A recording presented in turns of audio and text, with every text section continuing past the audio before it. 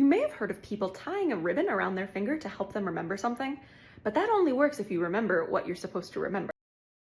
The reason that this process in memory is so complicated has to do with the part of our memory responsible for things kind of in our active environment, and that's our working memory. Working memory is the part that holds on to relevant stimuli in a pretty short, narrow window. So these aren't things that are getting transferred to our long-term memory. These are things that are relevant to our current situation or the near future. The problem with short-term memory is that in our working memory is that it doesn't hold on to very many things, and it doesn't hold on to them for very long. But one strategy you can use to get around this is this idea of chunking, which is where you take a piece of information and put it in a group that is related somehow. An example of this is if I gave you 9 numbers right now, you probably wouldn't be able to remember them, 9 to 10 numbers.